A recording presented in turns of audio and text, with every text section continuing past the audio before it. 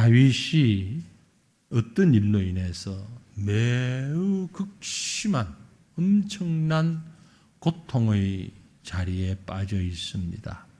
그리고 오늘 이 시편 69편을 기록하고 있습니다.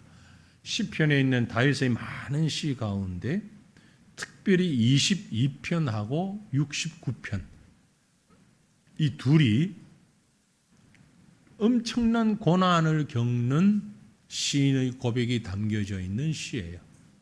시편 22편, 69편.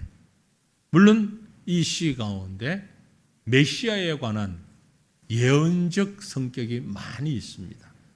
다윗은 잘 몰랐죠. 자기가 시를 적으면서 이것이 메시아를 예언하는 시라는 걸 몰랐을 것입니다. 아마도.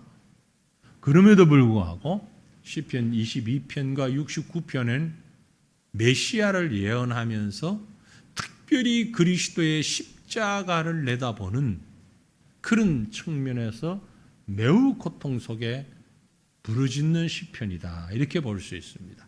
오늘 우리가 읽은 부분은 69편의 상반부, 앞부분이기 때문에 여기에서는 그렇게 많이 그리스도에 대한 예언이 언급되어 있지 않은데 하반부를 보면 많이 언급되어 있는 것을 볼 수 있습니다. 그런데 오늘 시편 69편의 표제의 글을 보면 뭐라고 적어놨습니까?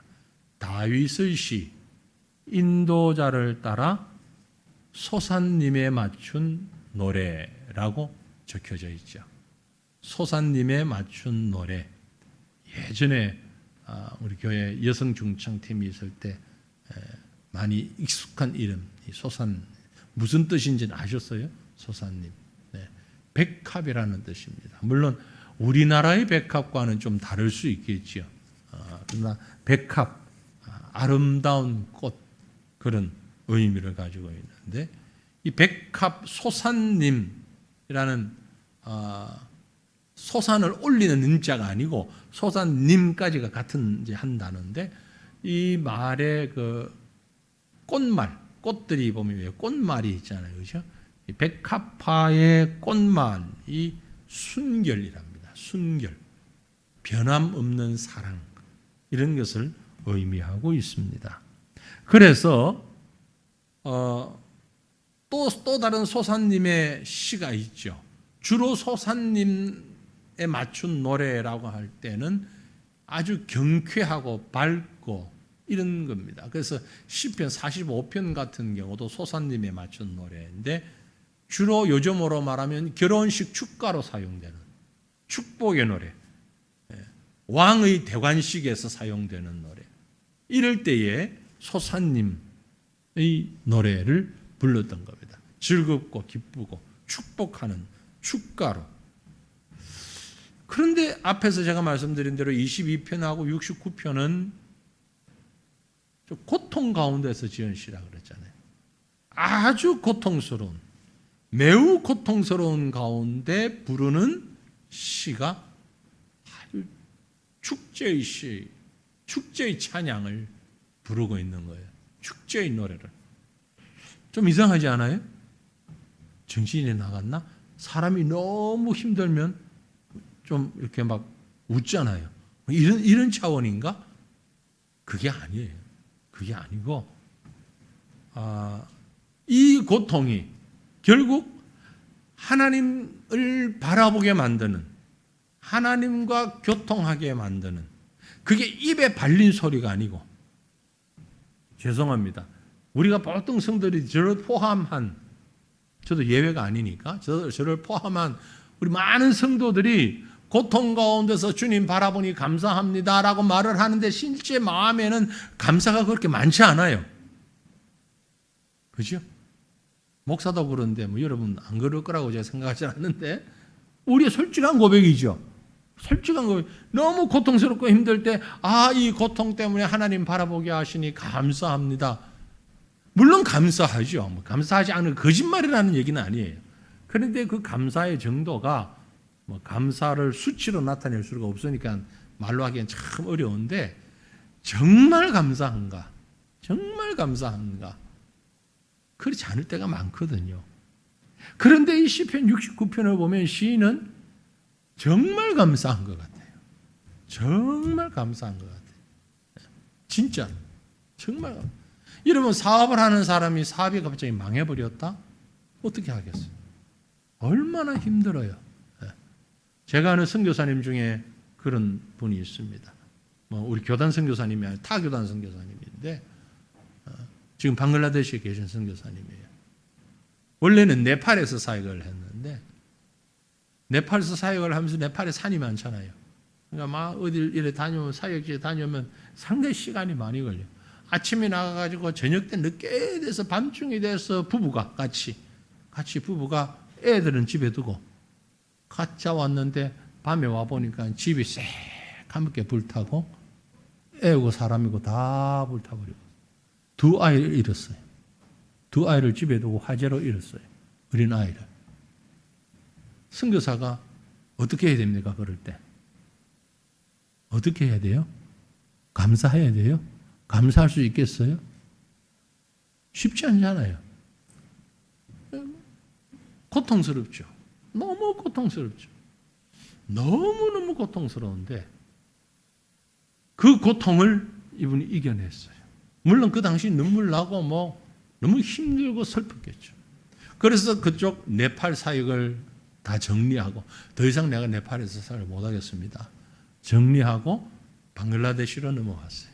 물론 교단의 허락을 받고 다 과정을 거쳐서 방글라데시로 왔었어요. 와서는 여기서 다시 사역을 시작을 했어요. 와가지고는 다시 사역 시작할 초기에 제가 있을 때니까 제 사역지 몇 번 같이 데리고 다녔어요. 다니면서 언어 연수도 하고 이러면서 근데 최근에 제가 들어갔더니 만났어요. 그때를 회상하면서 너무 좋았다고. 지금 아주 경쾌하고 밝아요. 너무 물론 세월이 약이라 하는 말도 있지만 그래서 지금 그분이 무슨 사역을 하느냐 하면은 호스텔 사역을 주로 해요. 호스텔 아이들 키우는 사역. 입양하고 이게 아니고 아이들 다 불러서 먹이고 재우고 학교 보내고 이 사역을 계속 하는데 매우 잘 하고 계십니다. 우리 교단하고 아무 상관없는 분인데 그분을 볼 때마다 참 대단하다. 두 자녀를 한꺼번에 선교지에서 잃어버리고 또다시 선교지로 나올 수 있다는 거. 비록 나라를 바꿨지만 그래서 다른 건 못해도 참 진짜 선교사다. 그런 생각을 했었어요. 시편 69편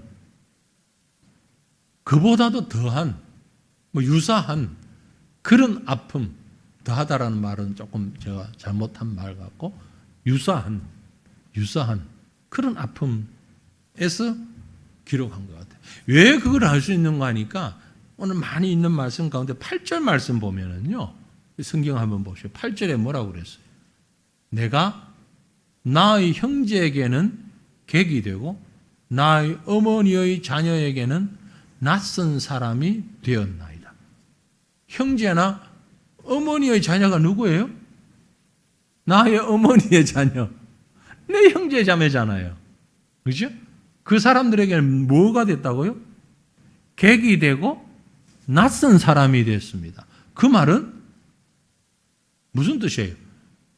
가족 간의 인연이 다 끊어졌다는 얘기예요. 가족의 인연이 다 끊어져 버렸어요. 그만큼 힘이 들었어요. 너무너무 힘이 들어요. 여러분 한번 상상해 보세요. 형제, 자매, 부모, 아들, 딸, 손자, 손녀 여러 우리 친족 관계들이 있잖아요. 하루아침에 그게 다 끊어졌다고 생각해 봐요. 어떨 것 같아요? 마음이. 다 끊어졌어. 가족들에게 외면당한다. 그래서 이 말씀을 근거로 해서 신학자들이 역사적으로 연구를 하면서 직접 언급은 없지만 이 시는 아마 사무엘하 15장에 나오는 우리가 잘 아는 셋째 아들 압살롬의 반란 때 아니면 열왕기상 1장에 나오는 넷째 아들 아도니아의 반역 때 다윗의 생애도 보면 참 힘들었어요. 그죠? 셋째 아들, 넷째 아들 다 반역을 일으켰던 이런 자녀들이 부모를 향해서 칼을 겨누는 그게 또 잘못했을 때도 아닌데, 에? 빚어진 것도 아니고, 그거 아니잖아요. 단지 다윗은 하나님의 일을 했어요. 하나님의 일을. 하나님의 뜻대로. 그런데 아주 가까운 사람으로부터 너무나 큰 아픔을 당할 때, 차라리 모르는 사람으로부터 아픔을 당하면 또 견딜만 해요. 그런데 아주 가까운 사람한테 어려움을 당했다. 갑자기 집에 강도가 들어와가지고 집에 있는 거 싹 들어갔어. 그래서 나중에 범인을 잡고 보니까 아들이야. 이런 경우가 생긴다면 그때 그 부모의 마음이 어떨 것 같아요? 엎친 데 겹친다는 말이 바로 그런 말이잖아요. 이런 상황에서 소사님의 맞춘 노래를 불렀다. 축가를 불렀다. 기쁨의 노래를 불렀다. 참 놀라운 일입니다. 우리의 신앙이 여기에까지 성숙되어지기를 원합니다. 아멘? 아닙니까? 그 정도까지 신앙이 되기는 싫었어요? 네. 지금은 아니에요. 하지만 우리의 신앙이 그 정도까지 신앙으로 성숙되어지기를 간절히 열망합니다. 이게 아멘이 되어지셔야 돼요. 그게 아멘이 되어져야 돼요. 신앙은 그런 거예요. 믿음은 그것이에요. 그 믿음을 가지고 이 시를 쓰고 있다라는 거죠. 예수님이 우리에게 염려하지 말라고 했지요. 걱정하지 말라고 했죠. 잘 알잖아요. 그런데 그게 잘 안 되잖아요. 걱정하지 말라, 염려하지 말라 그러면서 무슨 말씀하셨어요? 우리가 잘 아는 말씀. 마태복음 6장 28절 뭐라고 했어요? 너희가 어찌 의복을 위하여 염려하느냐. 들의 백합화가 어떻게 자라는가 생각해봐라. 여기 백합화가 소사님이에요. 들의 백합화 얼마나 맑고 깨끗하고 화사한 그 꽃 어떻게 자라는지 생각해보라. 수고도 아니하고 길쌈도 아니하느니라. 전적으로 하나님이 돌보신다. 그러니 염려하지 말라는 거예요. 우리가 이 말씀 아멘 하면서도 다른 사람에게 이 말씀으로 권면하면서도 실제 우리의 신앙을 아직 거기까지 미치지 못하고 있는 것이 사실이죠. 사실이죠. 그래서 오늘 이 시간에 우리가 그런 마음, 그런 기도하는 마음으로 이 말씀을 묵상했으면 좋겠어요. 하나님, 내 신앙이 아직은 이것밖에 안 됩니다. 하지만 우리 신앙이 이만큼 성숙해서 정말 극심한 고난의 순간에도 하나님께 감사하고 감격하고 찬양할 수 있는 믿음을 우리에게 주시옵소서. 주시옵소서. 그 기도를 우리가 드렸으면 좋겠어요. 사도 바울도 제가 참 좋아하는 말씀이고 자주 인용하는 말씀이지만 우리에게 그 말씀을 했지요. 로마서 5장 3절로 4절이죠. 다만 이뿐 아니라 우리가 환난 중에도 즐거워하나니 이는 환난은 인내를, 인내는 연단을, 연단은 소망을 이루는 줄 알미로다. 제가 중학교 때인가 이 말씀을 보면서 얼마나 좋았는지. 그래서 그때 외웠던 말씀이에요.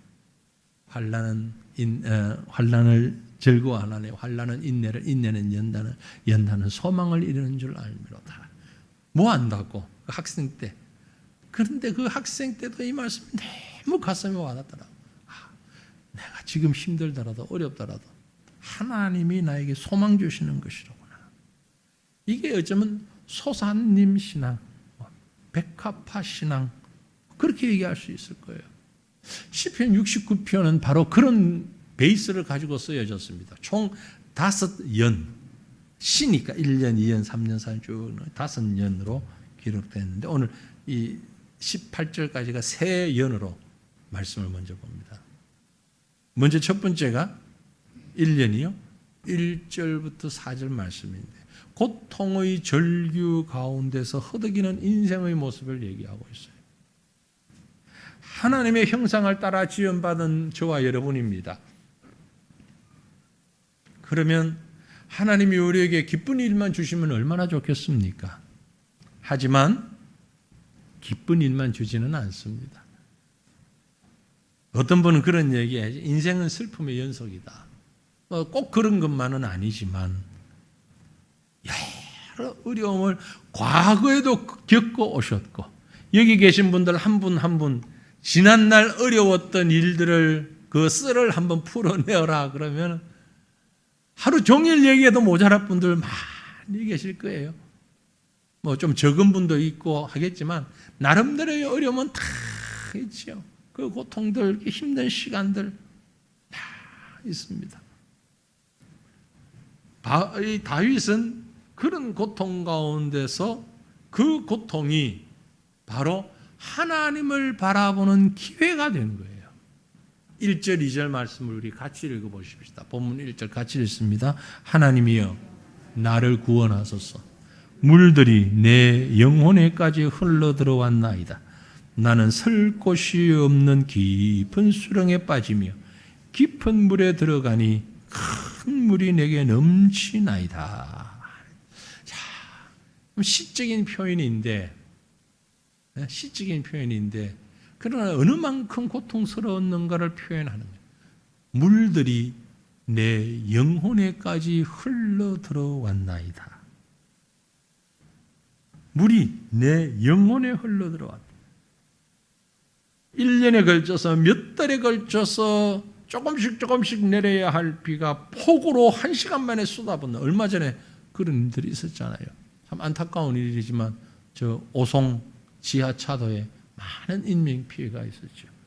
나중에 나온 영상들을 보니까 순식간에 물이 막 확 밀려 들어오는데, 여러분 그 중간에 계셨다고 한번 생각해 보세요. 어느 영상인가 제가 뉴스 영상에 보니까 어떤 남자분인 것 같아요. 물이 막 밀려오고 헤쳐나가는 게 감당이 안 되니까 지혜로운 것 같아요. 위에 그게 수도관인지 하수도관인지 무슨 파이프를 붙잡고 막 이러면서 나오는 사람이 있더라고요. 최근에 또 그 미국 하와이에 불이 났다는 소식 들었죠. 엄청난 피해를 봤다는데, 그 불이 막 밀려오는데 이걸 어떻게 감당이 안 되는 거잖아요. 물이나 불이 막 밀려 들어올 때는요 어떻게 할 수가 없어요 이거. 근데 그걸 지금 다 했으면 물들이 내 영혼에까지 흘러 들어왔나이다. 영혼에까지 물이 흘러 들어왔습니다. 극도의 공포를 느끼는 상황을 얘기하는 겁니다. 물이 너무 갑자기 밀려오면 공포가 느껴지잖아요. 본능적인 공포예요. 얼마나 어떤 일인지 그 실제는 모르지만 어떤 일인지 모르지만 극심한 고통으로 인하여서 공포가 물로 밀려오는 것처럼 이런 공포를 생각하는 상황이라는 겁니다. 여러분은 어떤 일이 기억나십니까? 물이 내 영혼에까지 흘러 들어오는 공포를 느꼈던 때, 그때에 우리는 할 수 있는 일은 한 가지밖에 없습니다. 다윗이 그것 알았어요. 그래서 시편 121편 1절 2절 우리가 너무 잘 아는 말씀 같이 읽습니다. 내가 산을 향하여 눈을 들리라. 나의 도움이 어디서 올까? 나의 도움은 천지를 지으신 여호와에게서로다. 아멘. 이것이 우리 신앙의 고백이 되기를 원합니다. 감당할 수 없는 물이 내 영혼에까지 밀려 들어올 때 내가 바라볼 수 있는 것은 하나님밖에 없습니다. 여호와 하나님밖에 없습니다.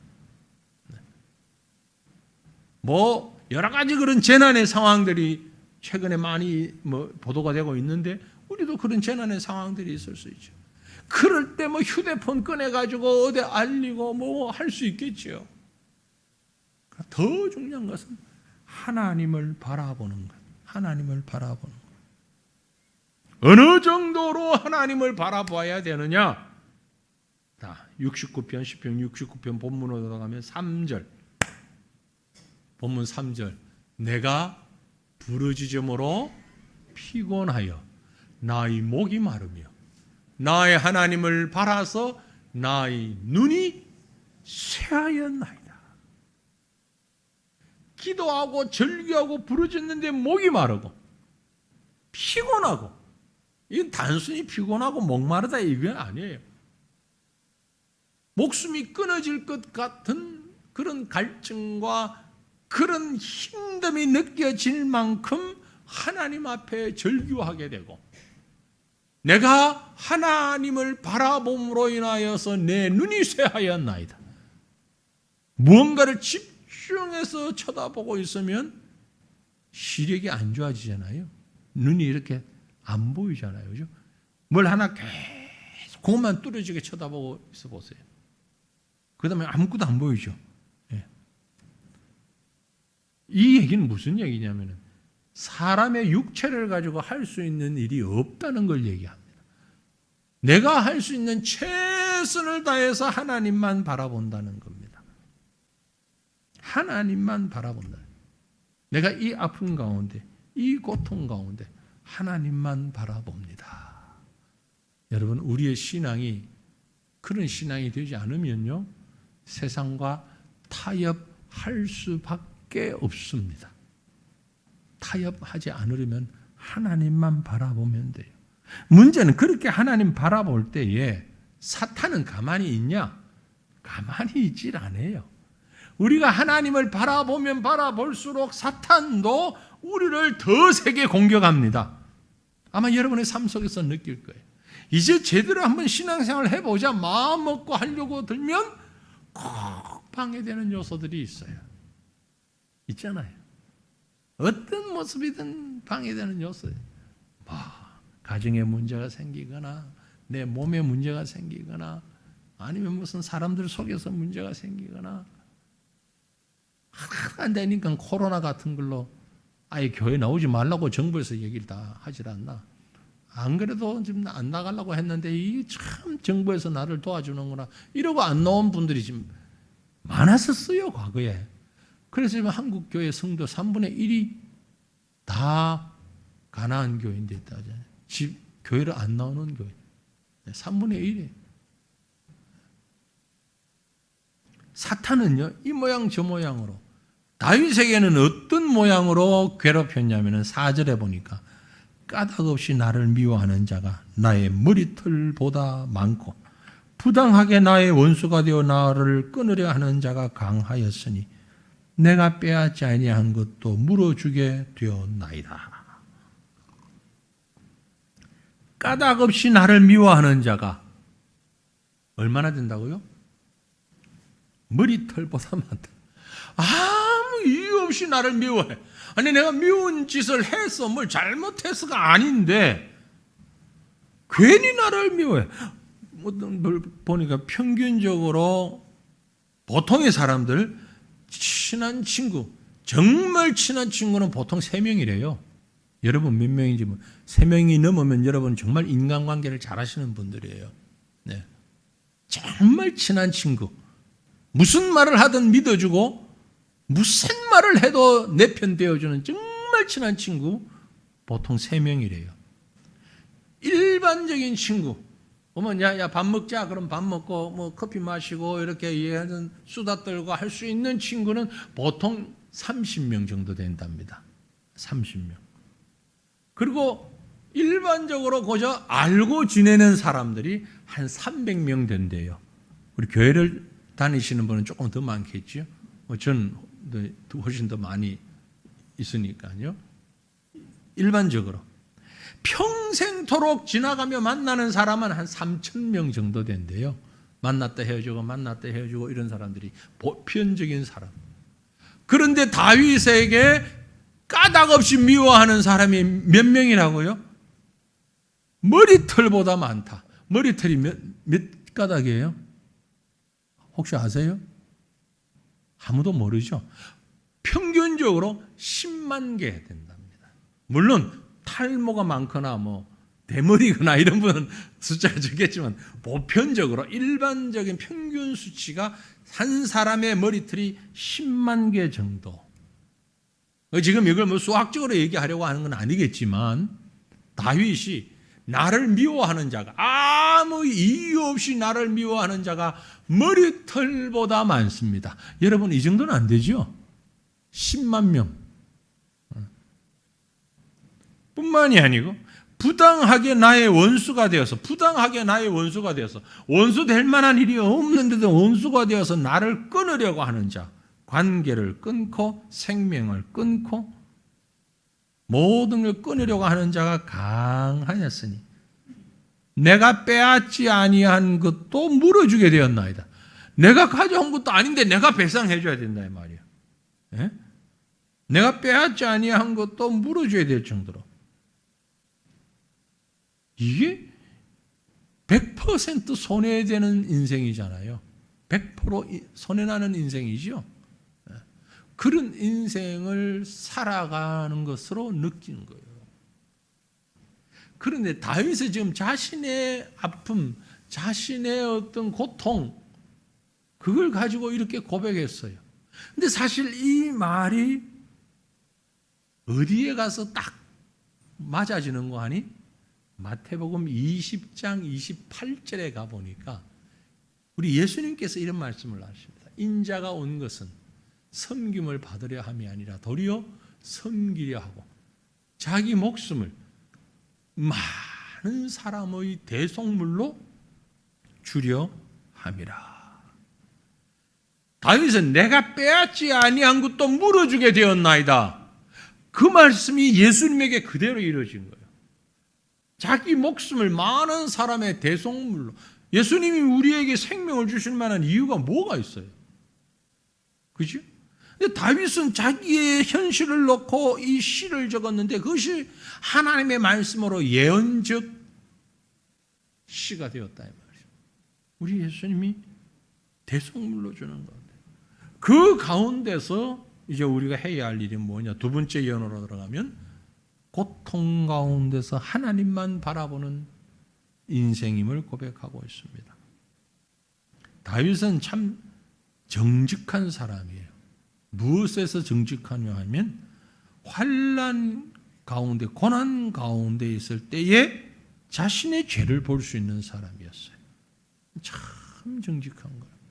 환난 가운데 있으면서 자신의 죄를 보지 못하는 사람이 얼마나 많은데 본문 5절입니다. 하나님이여 주는 나의 우매함을 아시오니 나의 죄가 주 앞에서 숨김이 없나이다. 주는 나의 우매함을 아시오니 내가 아무리 바르고 의롭게 살아도 내가 아무리 정직하게 사는 것 같아도 하나님 앞에만 서면 나의 죄가 주 앞에서는 숨길 수가 없습니다. 하나님 앞에 서면 자동적으로 다 드러납니다. 이 5절 말씀에서 강조되는 건요. 주는 라는 단어. 주는 하나님은 나의 우매함을 아시오니 나를 창조하신 분이기 때문에 그 앞에 서면 난 죄 없어. 난 쓸만한 사람이야. 그분은 하나님 앞에 서는 시간이 적어서 그래요. 하나님 앞에 안 섰거나 하나님 앞에 서는 사람은 고백을 할 수밖에 없어요. 이어서 6절 말씀에 이렇게 고백합니다. 주 만군의 여호와여 주를 바라는 자들이 나를 인하여 수치를 당하게 하지 마옵소서. 이스라엘의 하나님이여 주를 찾는 자가 나로 말미암아 욕을 당하게 하지 마옵소서. 나 때문에 다른 사람이 벌받지 말게 해달라는 얘기입니다. 이 고통이 내가 하나님을 바라보는 고통이 되는 것이지 내가 그 사람을 미워하고 그 사람이 나를 미워하는 이런 걸로 연결시키지 말아달라는 고백이야. 참 여기까지만 해도 얼마나 성숙한 신앙인지 얼마나 성숙한 신앙인지 몰라. 나로 인하여서 하나님을 바라보는 자들이 낙심하고 수치를 당할까 봐 염려하는 것입니다. 자기가 고난당하면서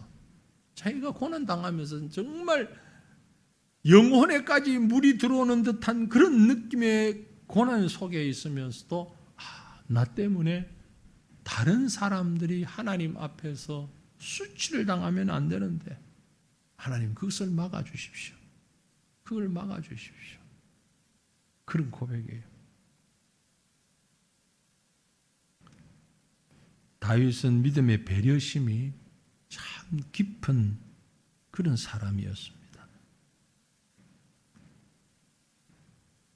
특별히 다윗은 하나님을 위해서 봉사하고 살아가면서 그가 믿고 섬겼던 하나님 때문에 지금 비방과 수치를 당하고 있는 거예요. 이어지는 7절 8절 말씀. 내가 주를 위하여 비방을 받았사오니 수치가 나의 얼굴에 덮였나이다. 내가 나의 형제에게는 객이 되고 나의 어머니의 자녀에게는 낯선 사람이 되었습니다. 아까 읽었던 말씀이죠. 주님 때문에 그게 압살롬의 반역이든 아도니아의 반역이든 간에 온 가족들로부터 이걸로 봐서는 압살롬의 반역 때도 또 아도니아의 반역 때도 가족들이 사실은 다윗을 요즘 말로 하면 왕따시켰다 그럴까요? 배척시키고 다윗이 하는 일이 마음에 안 드는 거야. 이게 도대체 이 어떻게 여호와를 섬긴다 그러는데 가족들에게는 아무것도 덕이 안 돼. 조금 더 덕이 안 돼. 그래서 아주 다윗을 가족들이 먼저 내치고 있는 거예요. 그런 다윗의 모습 먼저 내치는 거예요. 가족의 반란이라고 볼 수 있겠죠.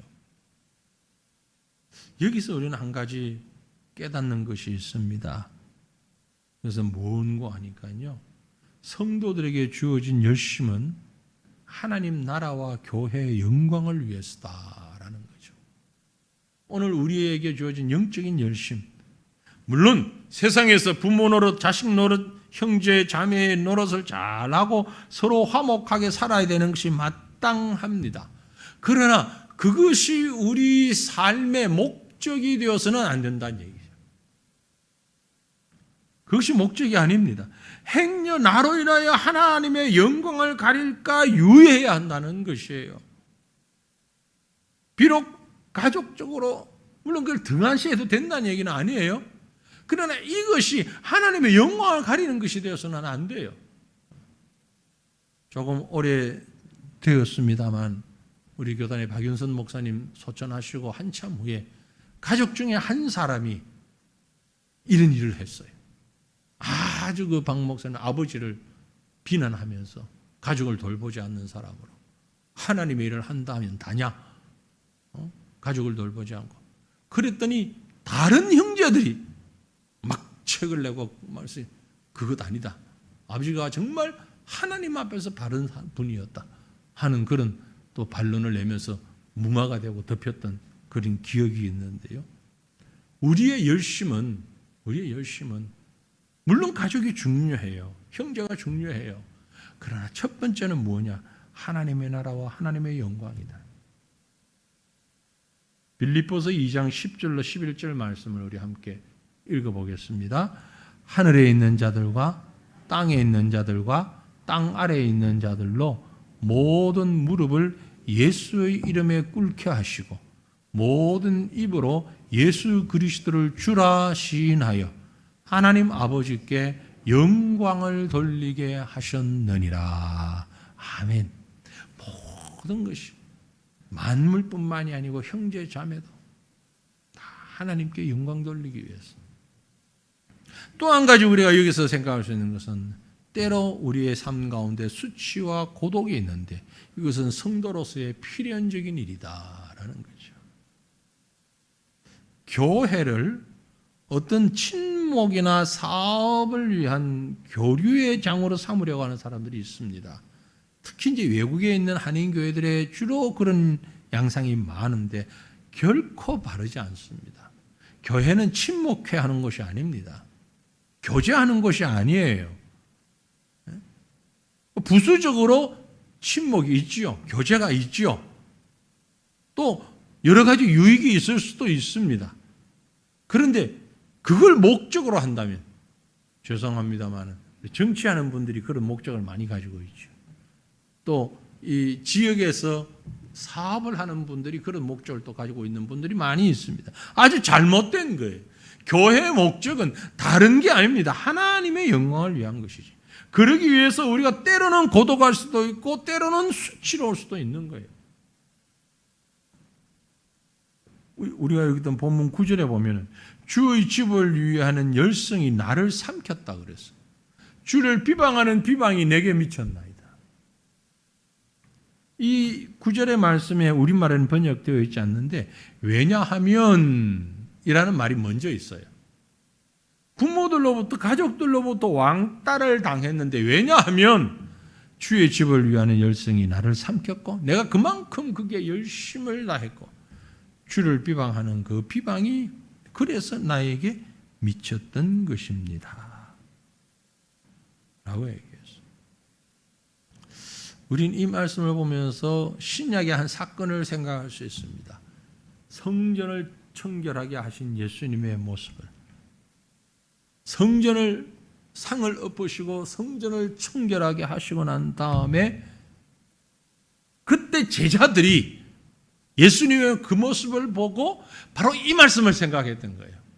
시편 69편 9절 말씀을 생각했던 거예요. 예수님의 그 모습을 보고 주의 전을 사모하는 열심이 나를 삼키겠다라고 하신 말씀이 이 말이구나. 주의 집을 위하는 열성이 나를 삼켰다는 말씀이 바로 이걸 두고 하는 말씀이구나. 나중에 제자들이 그걸 깨닫게 된 거예요. 본문 10절 11절 말씀을 봅니다. 여기 뭐라고 그러니 내가 곡하고 금식하였더니 그것이 도리어 나의 욕이 되었으며 내가 굵은 배로 내 옷을 삼았더니 내가 그들의 말거리가 되었나이다. 아주 저는 이 말씀을 보면서 정말 100%는 아니어도 90% 이상 이해를 할 수 있을 것 같아요. 다윗이 곡하고 금식하는 건 뭐예요? 회개하는 거잖아요. 그죠? 회개하는 거예요. 다윗이 회개하는 모습을 보고 도리어 나의 욕이 되었다. 저 하는 거 봐라. 문제가 그렇게 많아가지고. 내가 굵은 배로 내 옷을 삼았더니 내가 그들의 말거리가 되었습니다. 예전에 지금 우리 교회 아니에요. 제가 아주 젊을 때 농촌교회 목회할 때인 것 같아요. 그때 예배 순서가 지금하고는 조금 다르게 제가 어떤 순서를 넣는 거니까 참회의 기도라는 예배 그 순서 중에 주일 낮 예배에 그 순서를 넣었어요. 교동문 끝난 다음에 참회의 기도라는 순서를 넣었어요. 그래서 그 시간에 다 이제 일주일 동안 우리의 삶을 돌아보면서 하나님 앞에서 회개하는 기도를 하자. 그랬는데 한 분이 대놓고, 물론 공적인 자리에서는 아니지만 대놓고 그러는 거예요. 아니 우리 목사님은 무슨 죄를 그렇게 많이 짓길래 주일마다 참회하라고 그러냐. 주일마다 참회 기도를 해서 할 게 없다고 내가. 그 신앙이 바른 신앙이요 잘못된 신앙이요? 이 정도 확신이 없어요? 그분 돌아가셨어. 괜찮아 지금 무슨 말을 해도. 제가 이름도 얘기 안 했잖아. 돌아가셨으니까. 잘못했죠. 왜 우리가 회개할 게 없어요? 아니 오늘 하루만 해도 회개할 게 왜 없어요? 하나님 앞에 서질 않으니까 회개할 게 보이질 않는 거지. 참회의 기도를 드리라 하니까 아니 주일마다 무슨 죄를 그렇게 회개할 게 그렇게 많냐고. 목사님 자기가 그 죄 지었으면 혼자 회개하지 왜 우리 보고 회개하라고 그러냐고. 지금 다윗이 그 얘기예요. 내가 곡하고 금식하였더니 그것이 도리어 나의 욕이 되었다고. 뿐만이 아니고 내가 굵은 배로 내 옷을 삼았더니, 굵은 배는 회개하며 입는 옷을 말합니다. 회개하며 입는 옷을 입었더니 내가 그들의 말거리가 되었습니다. 말거리가 될 일이 아닌데 말거리가 됐다. 제가 신학교 다닐 때 어느 선배 목사님이 그러더라고요. 여러분 목회가 쉬운 것 같지 쉽지 않아. 현장에 나가봐 쉽지 않아. 그러면서 우스갯소리로 하는 말씀이, 신방 가가지고 음식 차려주는 걸 안 먹으면 우리 목사님 입이 짧아가지고 웬만한 음식은 안 드셔. 그렇게 얘기를 하고, 잘 먹어봐. 아니 사례를 얼마 드리는데 사흘에 피죽도 한 그릇 못 얻어 먹은 것처럼 저렇게 먹는데 욕심을 내고 많이 먹냐고 이런 소리 하니 이걸 먹어야 될지 말아야 될지를 모르겠다고. 근데 조금 지나고 보니까 그 말이 무슨 말인지 대충은 알겠어요. 이래도 욕먹고 저래도 욕먹을 때가 많아요. 그 말이에요. 회개하는데 그걸 보고 내가 그들의 말거리가 되었습니다. 그런데 이게 다윗에게는 뭐가 됐냐? 기쁨이 된 거예요. 이게 기뻐야 돼요. 그런 말거리가 되는 게 기뻐야 돼요. 제가 불평하는 말이 아니고 기쁘다는 얘기예요. 아, 이제 목사 돼 가는구나. 돼 가는구나. 신약에 보면 이구동성으로 사도들이 그런 얘기를 했습니다. 야고보서에 보면 내 형제들아 너희가 여러 가지 시험을 만나거든 온전히 기쁘게 여기라 그랬어요. 여러 가지 시험 만나거든 온전히 기쁘게 여기라. 로마서 8장에 보면 생각건대 현재의 고난은 장차 우리에게 나타날 영광과 비교할 수 없다. 때로는 우리가 이해하지 못하고 때로는 정말 억울하기도 하고 그러나 소망 중에 즐거워하고 환난 중에 참으며 기도에 항상 힘쓰며 성도의 쓸 것을 공급하며 손대하기를 힘쓰라. 사도 바울의 고백이에요. 자, 오늘 시간이 조금 지체가 되었는데요.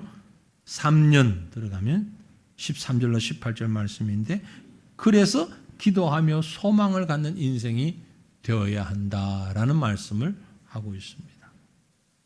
참 아이러니한데 절박할 때 우리는 기도합니다. 그렇죠? 그렇지 않을 때 기도해야 되는데 절박하면 기도를 더 많이 하고 깊이 합니다. 왜 그럴까요? 의지할 것이 필요하기 때문에 그래요.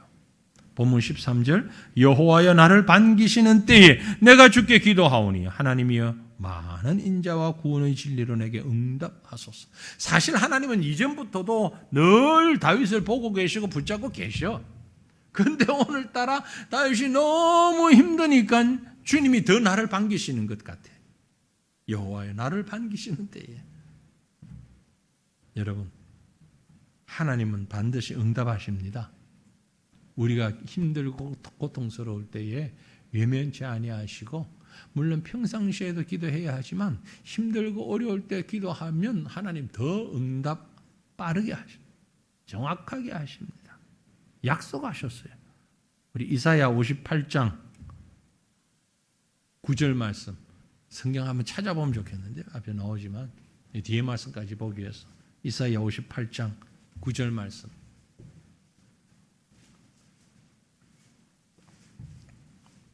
이사야